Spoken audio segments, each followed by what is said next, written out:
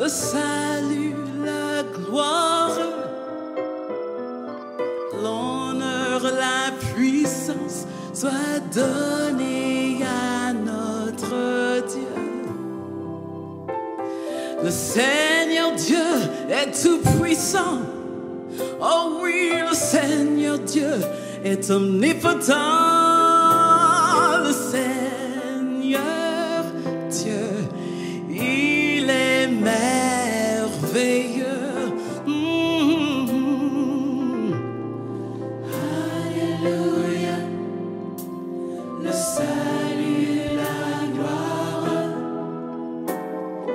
l'honneur, la puissance soit donnée à notre Dieu. Le Seigneur Dieu est tout puissant. Oh oui, le Seigneur Dieu est omnipotent. Le Seigneur Dieu, il est merveilleux. À lui la louange, il est roi des rois, le seul Seigneur, il est merveilleux.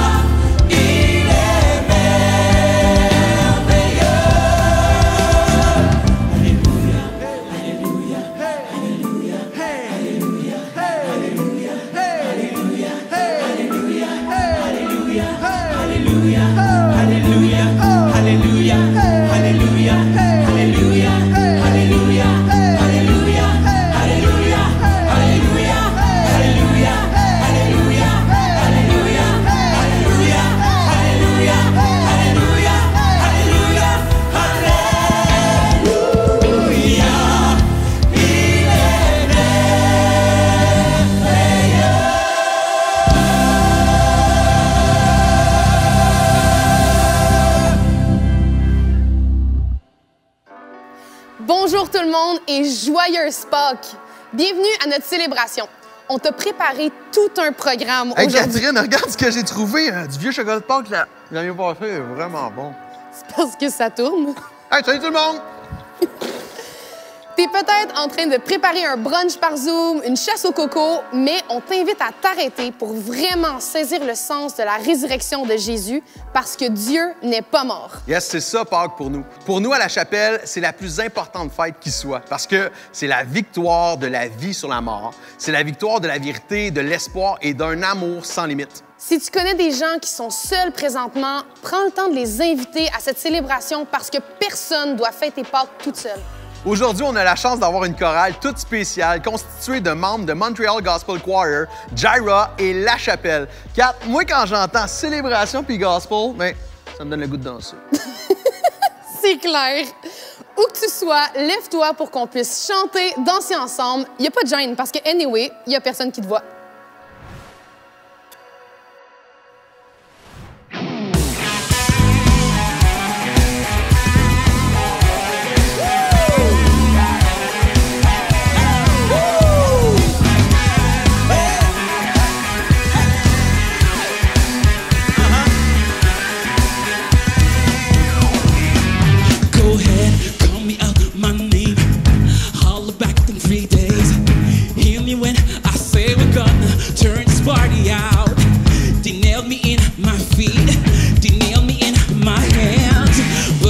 Days, I promise you that I'm gonna rise again.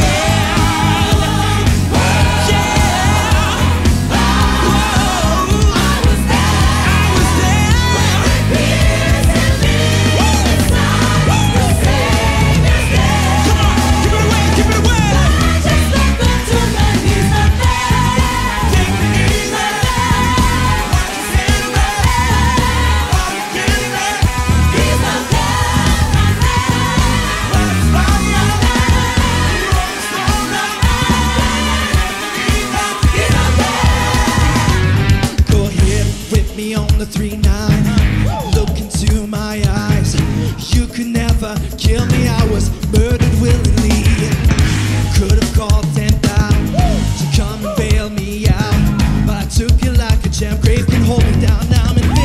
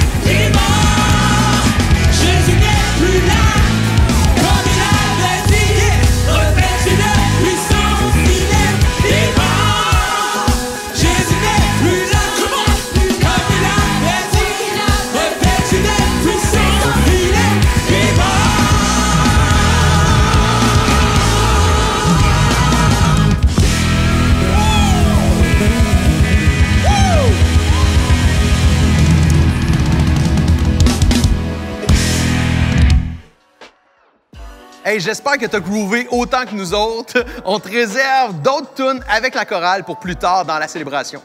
Et aussi, en primeur, à la toute fin, on va découvrir ensemble le vidéoclip du tout nouveau chant de La Chapelle Musique, Rien n'est plus haut. À ce moment-ci, on va écouter le pasteur David Potier qui sait toujours comment nous parler avec son cœur et nous faire réfléchir. Sois prêt à recevoir quelque chose de concret et pertinent pour toi. Bonjour tout le monde, bienvenue à La Chapelle en ligne. Ici, pasteur David Potier dans les bureaux de La Chapelle avec un groupe de 10 personnes. On est heureux de vous accueillir pour cette célébration de Pâques, où que vous soyez, au Québec, en Belgique, en France, en Suisse. Il y a même des gens qui nous regardent de l'Allemagne. Alors, on vous souhaite la bienvenue dans la famille La Chapelle aujourd'hui. Et j'aimerais demander aux gens avec moi de m'aider juste à accueillir tous ceux qui nous regardent en ce moment à 3. 1, 2, 3. Est-ce qu'on peut les accueillir ensemble? Let's go! Bienvenue parmi nous aujourd'hui et bienvenue si tu es nouveau. Okay? Peut-être la dernière chose que tu avais prévue aujourd'hui, c'est de regarder une réunion d'église en ligne, mais il y a peut-être un collègue de travail qui a partagé un lien sur les médias sociaux, ça avait l'air un peu bizarre et tu as atterri ici. Ou bien tu as une amie, une belle collègue de travail qui t'a dit « Hey, branche-toi à cet événement-là en ligne, ça va être vraiment génial », mais elle ne t'a pas dit que c'était un truc d'église et là tu as atterri ici. Ou bien peut-être que tu es en confinement avec ta mère, ta tante ou ta grand-mère et elles t'ont obligé à regarder l'Église en ligne aujourd'hui. Peu importe pourquoi tu es là, je crois qu'il n'y a personne qui est ici par accident aujourd'hui. Je crois que Dieu a orchestré les circonstances pour que tu puisses entendre ce message parce que Dieu va avoir un moment avec toi. Vers la fin du 19e siècle, le philosophe allemand Friedrich Nietzsche dit ceci: « Dieu est mort. » Et dans les années 50, il y a des auteurs qui ont développé cette théologie qu'on appelle de la mort de Dieu. En fait, c'est une théologie qui fait la promotion d'un christianisme athée, figurez-vous. Et cette pensée-là a été révélée au grand public dans les années 60. Le 8 avril 1966, il y avait un article dans le Time Magazine qui s'intitulait « Est-ce que Dieu est mort? » C'est fascinant, ça fait plus de 50 ans, ça. C'est fascinant parce qu'on dirait que malgré tous les efforts de certaines personnes pour tuer Dieu, on dirait que Dieu ne veut pas mourir. On dirait que Dieu a la couenne dure parce qu'aujourd'hui, alors qu'on se parle en ce moment, il y a des centaines de millions de personnes qui vont célébrer la résurrection du Seigneur Jésus-Christ. Dieu n'est pas mort. Et je veux prendre 15 minutes pour t'expliquer du mieux que je peux pourquoi Jésus est mort et pourquoi il est ressuscité. Et je veux commencer avec une question. Alors, assis-toi confortablement sur ton banc ou sur ton canapé dans ton salon. Voici ma question. Sur une échelle de 1 à 100, quel est ton niveau de moralité? Okay? 100 étant la perfection morale de Jésus. Pense à ça. Mais sur une échelle de 1 à 100, quel est ton niveau de moralité? Et je te donne un petit indice pour t'aider. Tu n'es pas à 100, OK? OK? Tout le monde a déjà menti. Tout le monde a déjà déversé sa colère sur quelqu'un qu'il ne méritait pas. Peut-être que tu as déjà pris quelque chose qui ne t'appartenait pas. Ou peut-être que tu as déjà eu un comportement sexuel que tu regrettes. Vois-tu, il n'y a personne qui est à 100.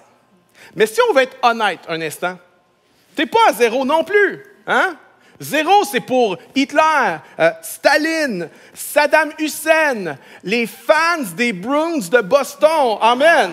Ça, c'est des 0, mais honnêtement, tu n'es pas à 100, mais tu n'es pas à 0 non plus. Si 100, c'est la perfection morale de Jésus, et si les personnes les plus morales de notre temps, comme Mère Teresa, sont, disons, je ne sais pas, 75 ou 60, à combien est-ce que tu te situes sur l'échelle de la moralité? Vois-tu, je ne vous demande pas de faire quelque chose que je n'ai pas fait moi-même. Lorsque je préparais le message, j'ai été voir la personne qui a la plus grande expertise sur David Potier, ma femme.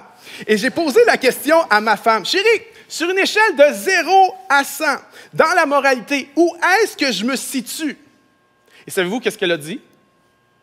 Je ne vous dirai pas ce qu'elle a dit, OK? Je ne vais pas répondre à cette question-là. En passant, si quelqu'un est prêt à nous offrir des séances de counseling gratuites, ma femme et moi, on en cherche en ce moment. Non, je ne vous dirai pas la note que ma femme m'a donnée, mais honnêtement, je pensais avoir une meilleure note que celle-là. Alors, OK, prends ton chiffre, pense à toi, ton niveau de moralité. OK, ce qu'on va faire, c'est que je vais compter jusqu'à 3. Et à 3, tu vas poster dans les commentaires sur les médias sociaux où tu te situes. OK, 1, 2...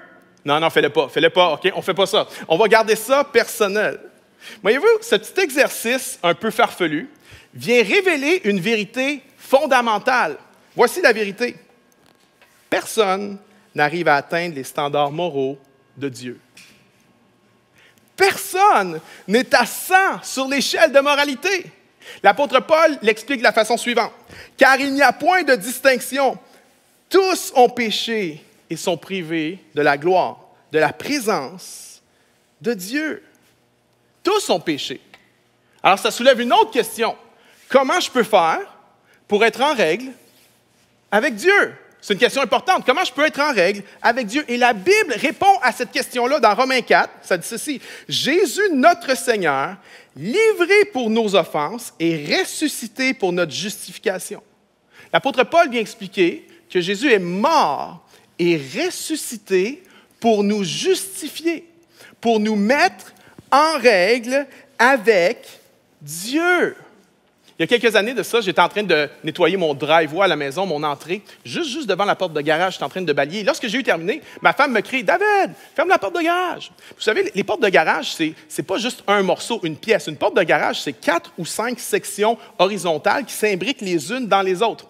Et je ne sais pas, quand ma femme m'a dit « Ferme la porte de garage », je ne sais pas quel éclair de génie m'a passé par la tête, les amis, mais au lieu de prendre la poignée de la porte de garage pour la fermer, j'ai inséré mes 2 mains entre 2 sections horizontales de la porte de garage et avec tout mon cœur, j'ai fermé la porte. Et alors que j'étais en train de faire le geste, il y avait comme une petite voix dans mon cerveau qui me disait « Mais qu'est-ce que tu fais là, imbécile? » Mais il était trop tard. Et quand la porte a été fermée sur mes doigts, je me suis mis à me dire « Mais comment ça se fait que j'ai pas mal? » Pendant 2 secondes, parce qu'au bout de 2 secondes, il y a des mots qui ne devraient jamais se retrouver dans la bouche d'un pasteur, qui ont commencé à sortir de ma bouche. Et ma femme a fait « Oh, mon Dieu, qu'est-ce que c'est ça? » Moi, j'ai fait « Oh, mon Dieu, qu'est-ce que c'est ça? » Et ma femme est venue me secourir. Et lorsque j'ai réussi à sortir les mains de la porte de garage, mes amis, lorsque j'ai regardé mes doigts, ils ressemblaient à des tétines de biberon pour bébé. J'étais là « Ah! » Je sentais mon cœur battre dans chacun de mes doigts. À chaque fois que je raconte cette histoire-là, à chaque fois, la réaction de tout le monde, c'est la même. Okay? C'est celle que vous avez eue. Et c'est sûr que les gens à la maison ont eu. C'est comme... Tu l'as senti. Tu as souffert avec moi. Mais n'est-ce pas particulier que tout le monde grimace quand je raconte l'histoire de doigts pris dans une porte de garage, mais qu'on peut entendre l'histoire de Jésus-Christ crucifié pour nos péchés sans même broncher? Aujourd'hui, je veux vous amener à la croix un instant. Et je veux vous faire réfléchir et réaliser qu'est-ce que la croix était. Parce que pour comprendre l'amour de Dieu, il faut comprendre la mort de Dieu.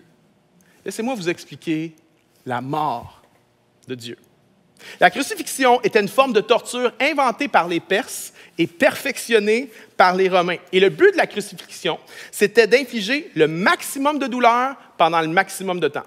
Le maximum de douleur pendant le maximum de temps. Et non seulement c'était d'infliger le maximum de douleur pendant le maximum de temps, mais le but était aussi de faire subir la plus grande humiliation possible à un être humain en même temps. Je ne sais pas si vous vous souvenez, certains d'entre vous, en 2004, lorsque Mel Gibson a fait le film La Passion du Christ, les gens ont été choqués, horrifiés de voir la brutalité, l'horreur de la crucifixion. Je me souviens de l'ambiance qui régnait dans la salle de cinéma quand on est sorti ce jour-là. Personne ne parlait.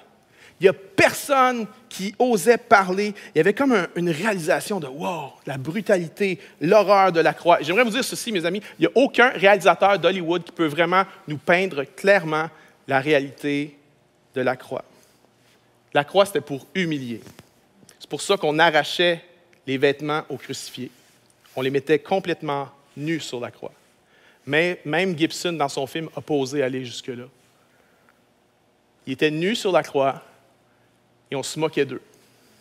On se moquait du Seigneur. On se moquait de son anatomie. On se moquait de ses parties génitales. Les gens étaient crucifiés en public aussi. Ce n'était pas quelque chose de privé, c'était quelque chose de public. Le but, c'était que l'humiliation soit publique. Alors, les foules venaient pour se moquer des crucifiés. Les historiens disent qu'on crucifiait les gens dans des carrefours, les endroits où il y avait le plus de trafic, de plus de gens qui venaient. C'est comme si on crucifiait des gens aujourd'hui à la station Berry-UQAM à Montréal ou sur les Champs-Élysées à Paris. Les historiens racontent aussi que lorsque les gens étaient crucifiés, il y avait des gens de mauvaise vie, des ramassis de gens qui venaient au pied des crucifiés et ils prenaient des paris pour savoir qui allait mourir le premier. Pourquoi tout ça? Pour humilier. Le but, c'était d'humilier au maximum. Mais ce n'était pas simplement une humiliation abjecte, c'était aussi atrocement souffrant. Lorsque le Seigneur Jésus a été crucifié juste avant, on l'a flagellé.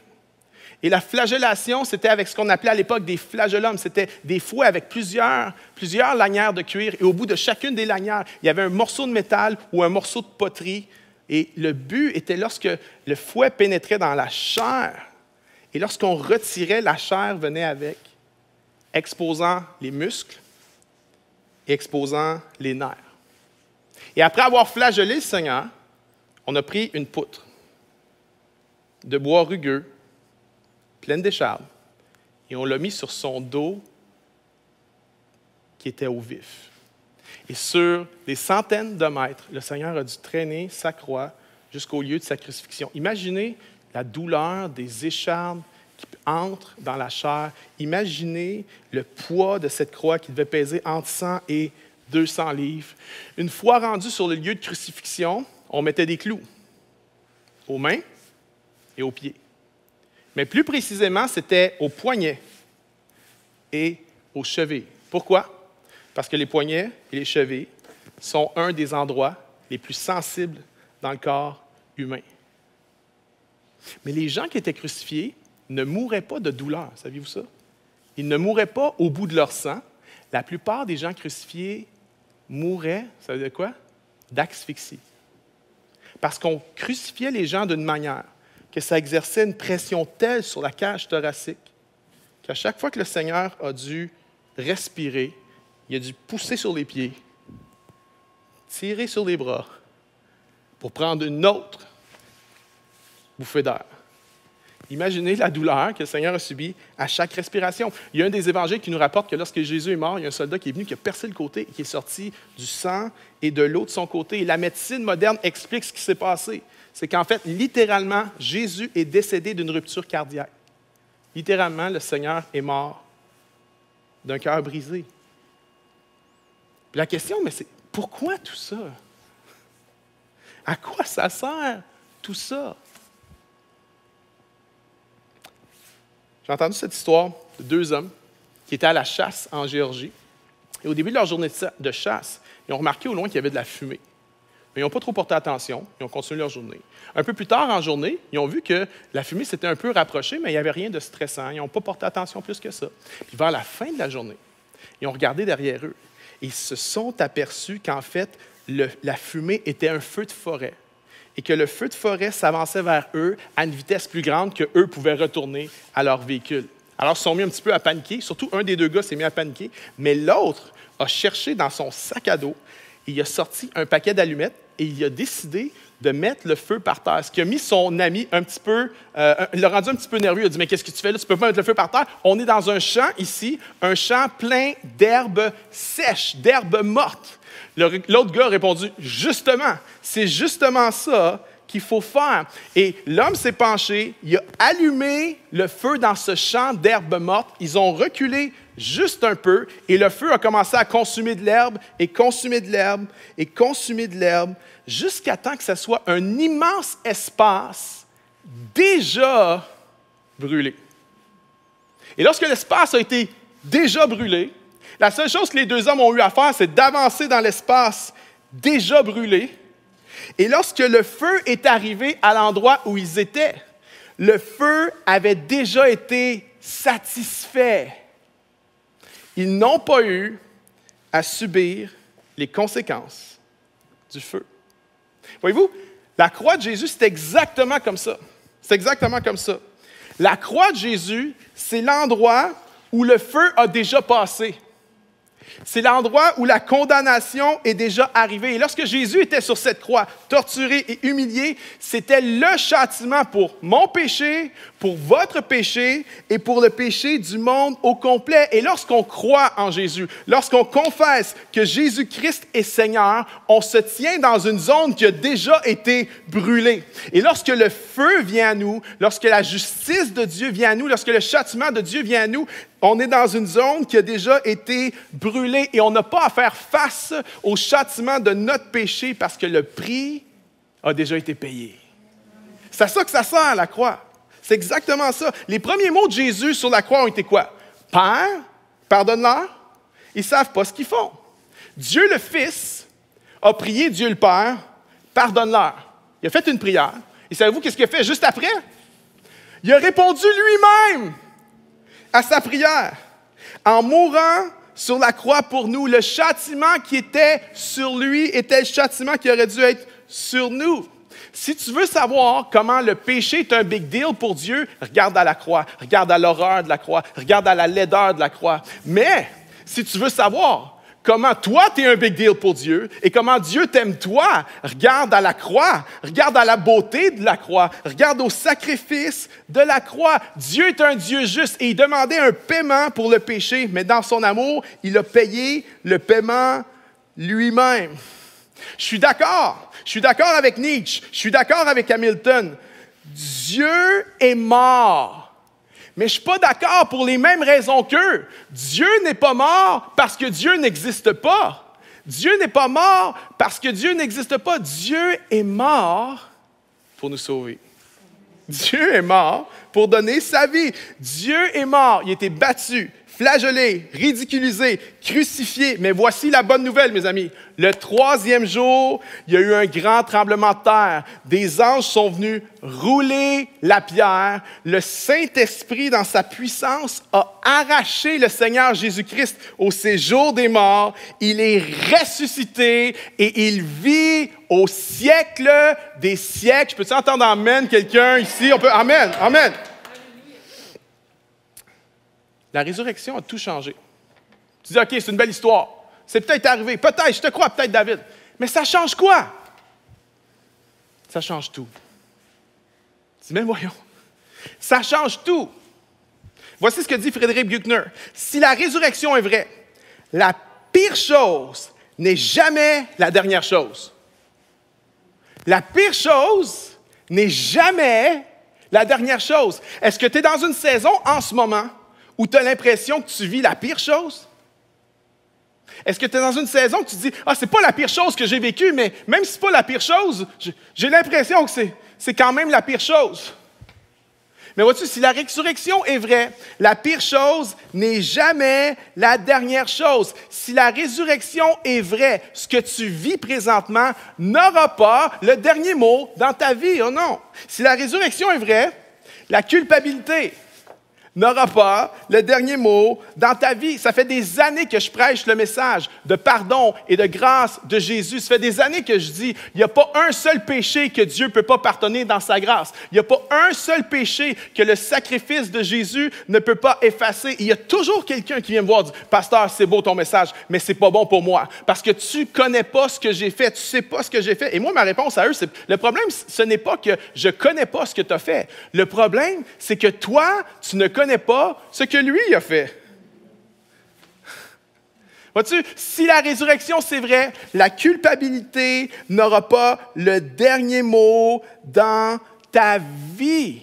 Car il n'y a maintenant aucune condamnation pour ceux qui sont en Jésus-Christ. Et si la résurrection est vraie, mes amis, la culpabilité n'aura pas le dernier mot dans ta vie. Je peux t'entendre amen?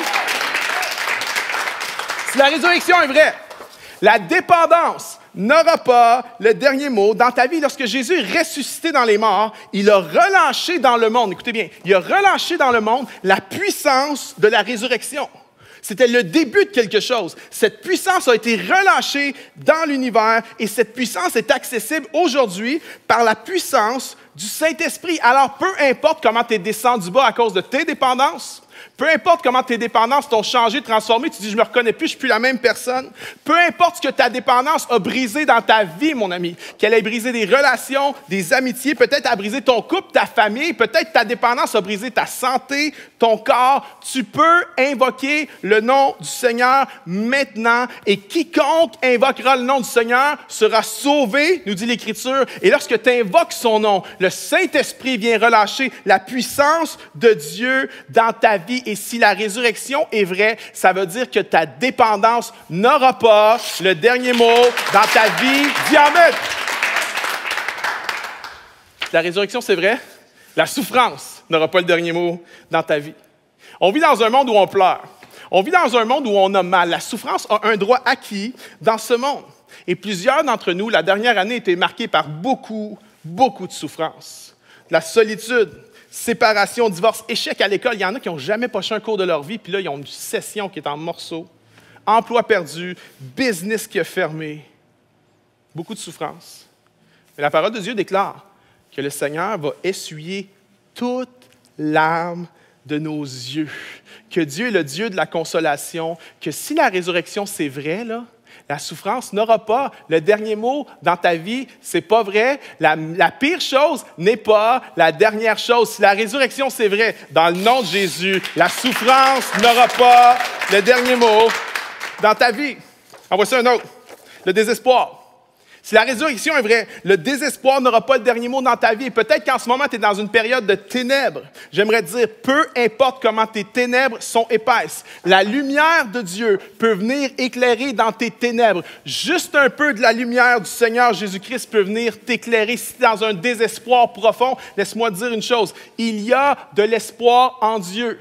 Le week-end dernier, j'étais en train de rencontrer dans mon bureau, un couple qui ont... Après 6 mois de grossesse, elle a perdu son bébé. Elle a dû accoucher d'un bébé mort-né. En plus, en ce moment, ils ont plein de problèmes de santé dans leur famille. Le frère de la fille doit avoir une greffe de rein. Il y a des décès. C'est comme une épreuve sur épreuve. Et ils m'ont dit, on a tellement d'épreuves, une après l'autre. Et j'ai dit, savez-vous, malheureusement, des fois dans la vie, les épreuves viennent en gang. Les épreuves, ce n'est pas des loups solitaires. Souvent, elles viennent en meute. Et c'est une après l'autre. Mais si vous aviez été là dans mon bureau, on pleurait. Je pleurais avec eux. Eux, ils pleuraient. Mais honnêtement, là, ils ne pleuraient pas comme des gens sans espérance. Parce que la parole de Dieu déclare que nous pleurons. Mais nous ne pleurons pas comme ceux qui sont sans espérance. Il y avait une assurance. Il y avait quelque chose que rien ne peut leur enlever. Ils n'étaient pas dans le désespoir parce qu'ils s'accrochaient à Dieu. Ils ont mis leur ancre en Jésus. Et si tu mets ton espoir en Jésus, mon ami, tu ne pourras jamais te faire voler cette espérance. Il n'y a aucune tempête qui va être capable de te détruire. Et ça veut dire que le désespoir n'aura pas le dernier mot dans ta vie. Et j'en ai un dernier. La mort. Si la résurrection est vraie, la mort n'aura pas le dernier mot dans ta vie. La Bible enseigne que la résurrection de Jésus, c'est les prémices. C'est les premiers fruits de la résurrection. En d'autres mots, écoutez bien ceci, manque pas ça. En d'autres mots, Pâques n'est pas l'histoire de la résurrection de Jésus. Voyons. Pâques n'est pas l'histoire de la résurrection de Jésus. Pâques, c'est l'histoire de la résurrection de Jésus en premier. Jésus, le premier-né d'entre les morts. La résurrection de Jésus annonce un message qu'un jour, tous les morts en Jésus-Christ vont ressusciter et que ceux qui auront cru en lui vont vivre avec lui au siècle des siècles. Si la résurrection, c'est vrai, la mort n'a pas le dernier mot. Moi, j'en ai fait des funérailles, j'en ai fait plein. J'en ai fait pendant la COVID des funérailles. Et j'aimerais vous dire que les funérailles où les gens avaient l'espérance en Jésus, et où les funérailles où les gens croyaient dans la résurrection n'étaient pas pareilles comme les funérailles où les gens n'avaient pas cette espérance. Il y a 3 ans, est décédé un numéro de la foi, le docteur Billy Graham. Et on a sorti une vieille citation de Billy Graham qui datait de plusieurs années auparavant. Il disait ceci: « Un jour, vous allez entendre dire que Billy Graham est mort. Ne le croyez pas. Je serai plus vivant que jamais. J'aurais juste changé d'adresse. » Écoutez-moi bien, si la résurrection de Jésus est vraie, voici ce que ça veut dire. Ça veut dire que ce couple qui était dans mon bureau le week-end dernier, puis qui ont perdu leur bébé vraiment trop tôt, ça veut dire qu'un jour, cet enfant-là va ressusciter.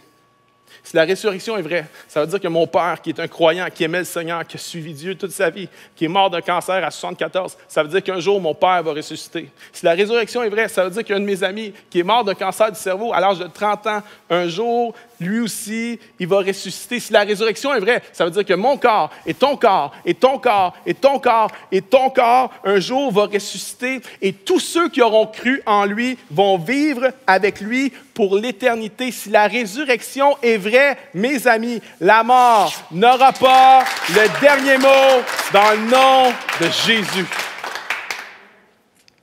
À ce moment-ci, j'aimerais qu'on puisse regarder ensemble un témoignage. L'histoire de Karine Martel et de son père Alain. Une histoire qui nous rappelle que Dieu n'est pas mort. Bonjour, moi c'est Karine.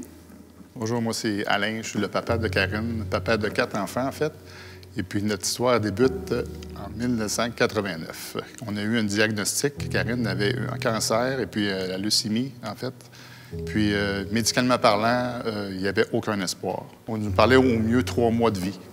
Ils ont essayé de trouver une compatibilité avec moi, voir si je ne pouvais pas donner de la moelle ou des choses comme ça.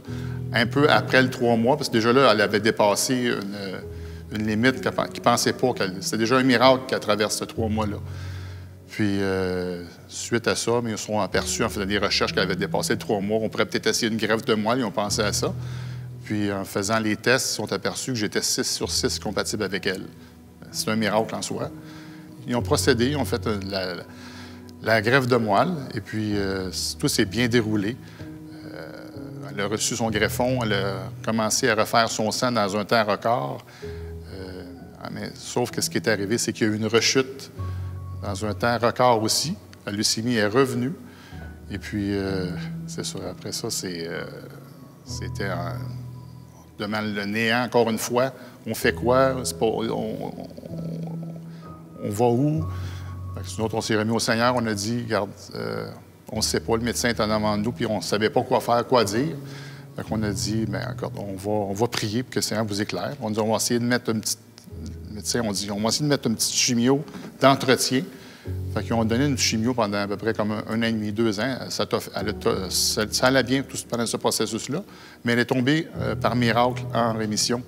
Et puis, de là, mais aujourd'hui, elle est avec nous. Mais ça n'a pas été sans avoir un paquet d'anecdotes que je pourrais vous conter. En fait, c'est un coup de massue dans le front. C'est clair que c'est dur à prendre, mais la façon que j'ai reçu ça, c'est que je me suis vraiment dit que c'était Dieu qui était Dieu. J'ai vécu j'avais la paix.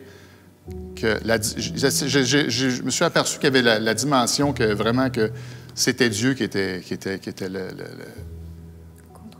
en contrôle de la situation, en fait. Que je ne contrôlais rien. J'avais toujours pu contrôler toute chose par le travail, mais ça, je ne peux pas le contrôler. J'aurais donné mes parties, mes organes, ça aurait pu vivre, mais là, c'était pas. C'était un autre défi. J'ai appris à faire confiance en Dieu. C'était facile parce que je n'avais pas d'autre choix. Puis c'était le choix le plus facile, puis c'était le choix le plus brillant de ma part parce que c'était tellement grand, mon enfant, c'était comme, je suis mort tout de suite pour elle. Mais c'était pas un choix. En fait, j'avais besoin du Seigneur pour passer à travers cette épreuve-là. Qu'elle vive ou qu'elle meure, j'avais besoin de son soutien. Puis, c'était le jour, 1 heure à la fois, un jour à la fois. On regardait pas loin. Parce que si on regardait 1 semaine, 2 semaines, on avait des diagnostics médicaux qui nous pendaient au bout du nez s'il n'y avait pas d'espoir. À l'époque, moi, j'étais quelqu'un qui prenait de la boisson, je travaillais dans les clubs. J'étais un gars qui était entraîné, j'étais un gars qui se tenait dans... C'est ça, je m'entraînais, puis j'étais doorman, en fait. J'ai connu mon épouse comme ça. Fait que, logiquement, j'aurais retourné dans ce monde-là. Mais c'est le contraire qui est arrivé. J'ai vraiment, le Seigneur, il m'a sauvé. J'ai mis ma confiance en lui. Je n'avais pas besoin d'aller prendre de l'alcool. Je n'avais pas besoin de me défoncer pour affronter la réalité. Je l'ai affronté, je l'ai fait avec lui. C'était léger, dans un sens. Je ne veux pas dire que tous les jours était facile, c'est pas vrai, je suis un menteur, mais dans le sens que j'ai appris de courir vite. Je suis momoune un petit peu. Dans le sens que, je pense que c'est une qualité dans ce sens-là, de courir vite dans ses bras. De ne pas prendre les fardeaux, de faire confiance, en fait. Il n'y avait pas d'autre choix, en fait. Il n'y en avait pas d'autre. Tu passes à travers une épreuve comme ça, ça n'a aucun sens de dire ça, mais quand tu regardes avec les lunettes du Saint-Esprit que c'est lui qui te tient, c'est lui qui... Ton inquiétude t'amène rien de plus dans ton épreuve. C'est facile, quand tu fais quoi de gros comme ça, de dire « Seigneur, je te fais confiance, je te laisse tout ». Parce que quand tu gardes quelque chose, c'est là que tu ne donnes pas sa place. Ce qu'il faut faire, c'est vraiment de dire « Seigneur, tu es grand, tu as créé l'univers, on est petit, nous, on peut pas...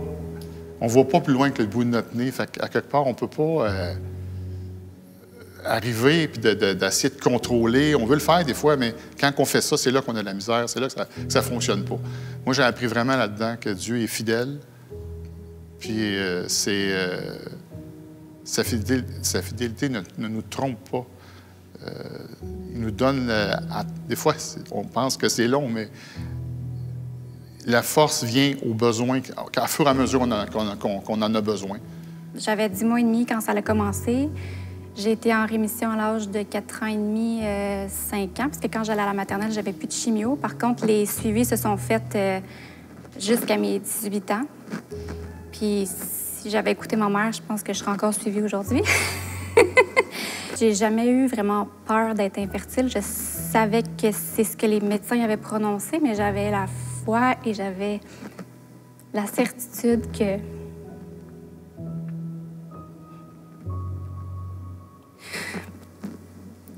jour, j'allais être maman. Je me disais que Dieu, il allait pas m'enlever ce privilège-là. Puis il connaissait mon cœur, puis il savait à quel point, pour moi, c'était important. Puis, comme toutes les femmes font, les petites filles, en fait, là, à l'âge de 12 ans, moi, j'avais déjà choisi les prénoms de mes enfants. J'allais avoir 4 enfants. Je m'étais toujours imaginée maman.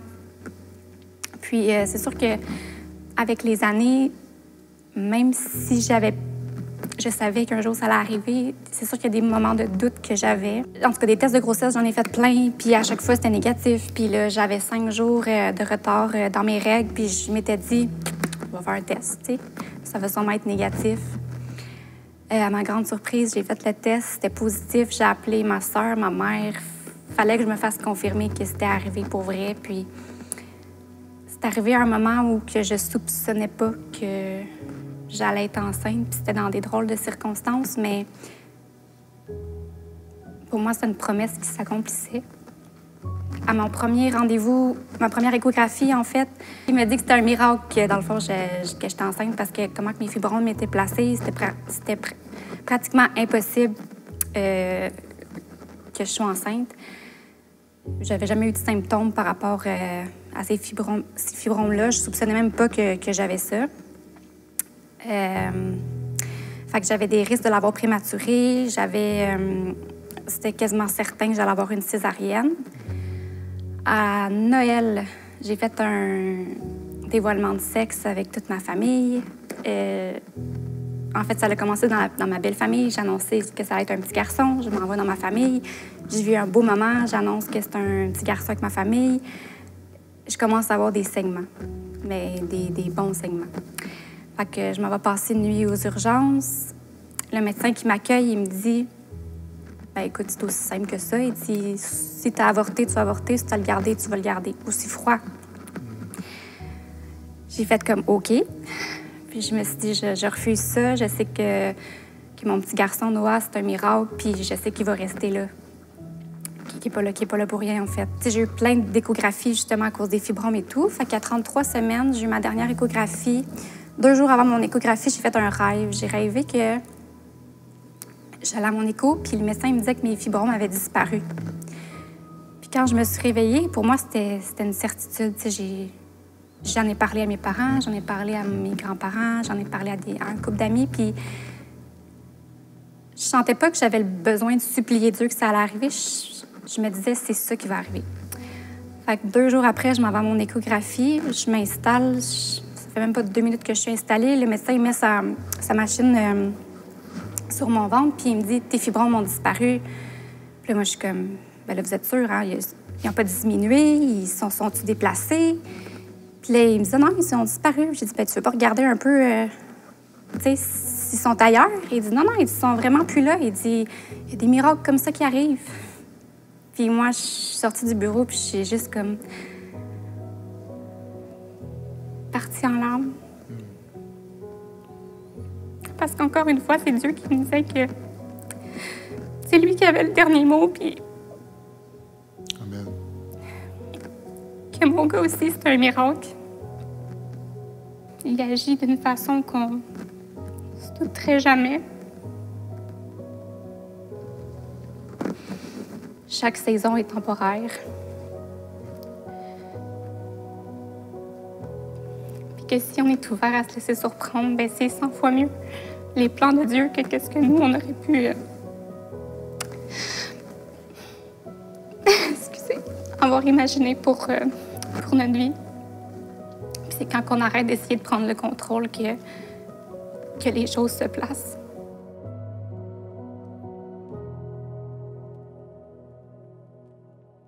Dieu n'est pas mort, les amis.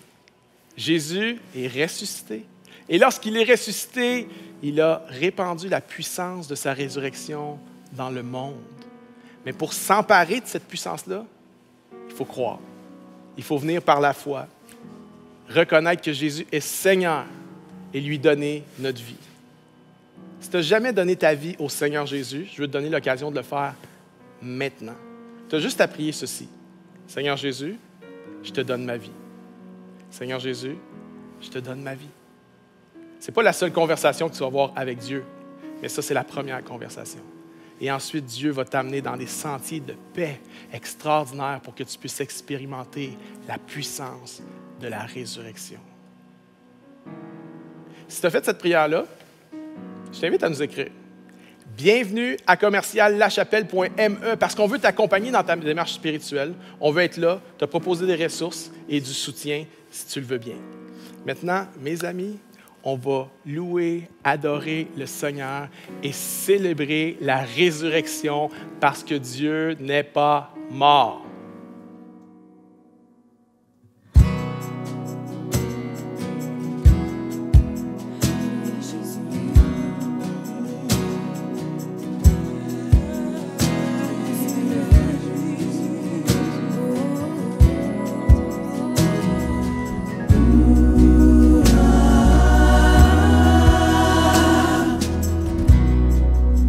Si ton cœur est blessé, brisé, submergé par le poids du péché, Jésus t'appelle. Te sens-tu épuisé par la vie? As-tu soif de venir boire au puits? Jésus t'appelle.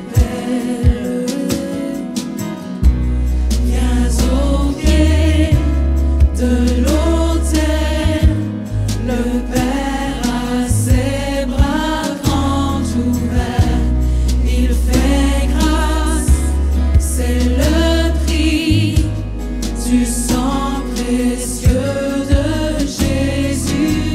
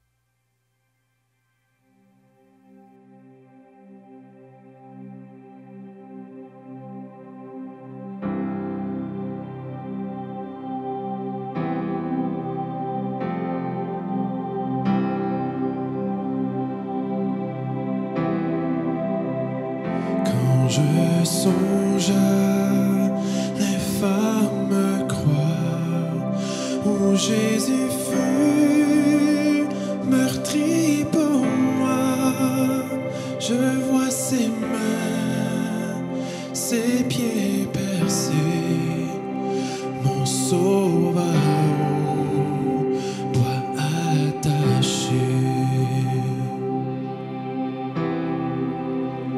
Son corps lié, de larmes trempées, dans le tombeau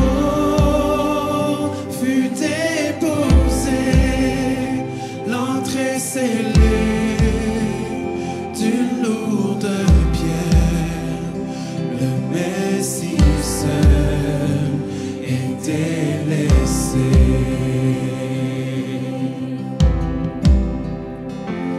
Oh, gloire au nom de notre Seigneur, gloire à son nom, à tout jamais, nous chanterons sans fin tes louanges. Oh, gloire à toi, ô Dieu.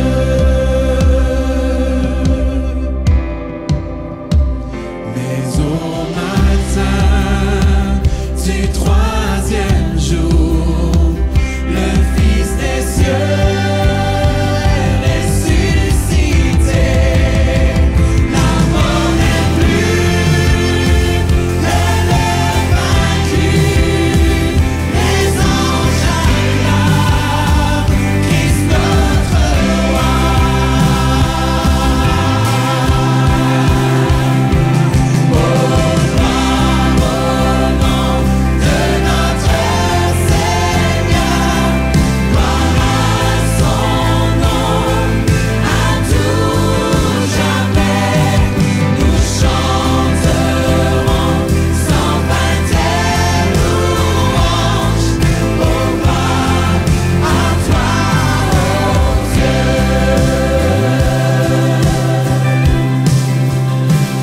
Il reviendra de blanc vêtu, percer la nuit, notre Jésus, et je serai parmi les saints, captivé par sa gloire sans fin.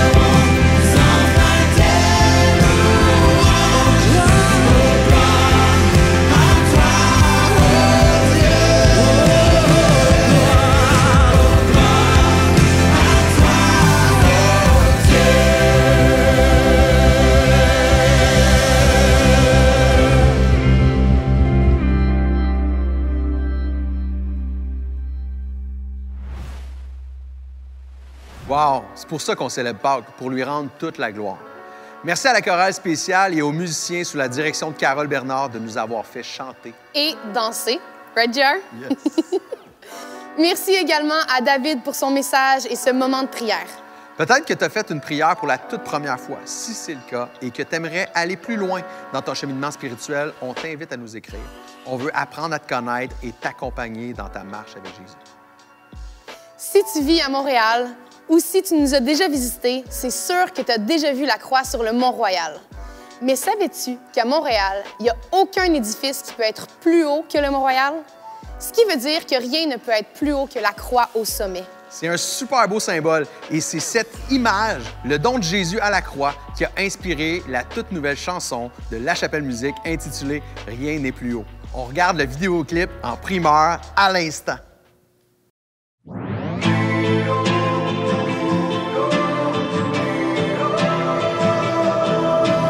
Lorsque je m'égare et que les ténèbres couvrent la voie, quand tous ces mensonges m'attirent et me détournent de toi, oh, oh, oh. Je lève les yeux et aperçois ta lumière. Je regarde à toi et retrouve mes repères. Mon âme était perdue mais tu m'as retrouvé à la croix. Wow. Non, rien n'est plus haut, plus haut, plus haut. Rien n'est plus haut que la croix, non, rien ne surpasse ton amour pour moi. Oh, oh. Non, rien n'est plus haut, plus haut, plus haut. Rien n'est plus haut que la croix, non, rien ne dépasse ton amour pour moi. Oh, oh, oh.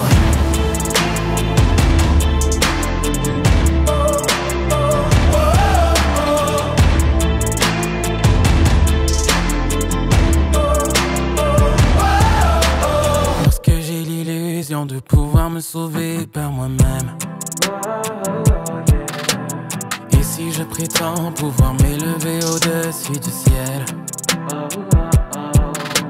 j'ouvre alors les yeux, ma vie n'est qu'une poussière. Face contre terre, je suis au bout de moi-même. J'ai besoin de toi, j'ai besoin de toi, besoin de la croix. Oh, oh. Non, rien n'est plus haut, plus haut, plus haut. Rien n'est plus haut que la croix, non, rien ne surpasse ton amour pour moi. Oh, oh. Non, rien n'est plus haut, plus haut, plus haut. Rien n'est plus haut que la croix, non, rien ne dépasse ton amour pour moi. Oh, oh, oh. Non, rien n'est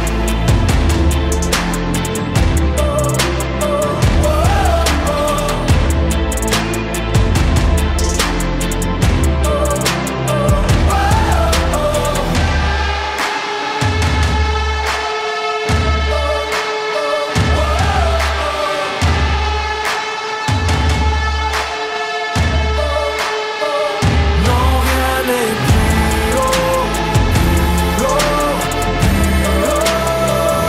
Rien n'est plus haut que la croix, non, rien ne surpasse ton amour pour moi. Oh, oh. Non, rien n'est plus haut, plus haut, plus haut. Rien n'est plus haut que la croix, non, rien ne dépasse ton amour pour moi. Oh, oh.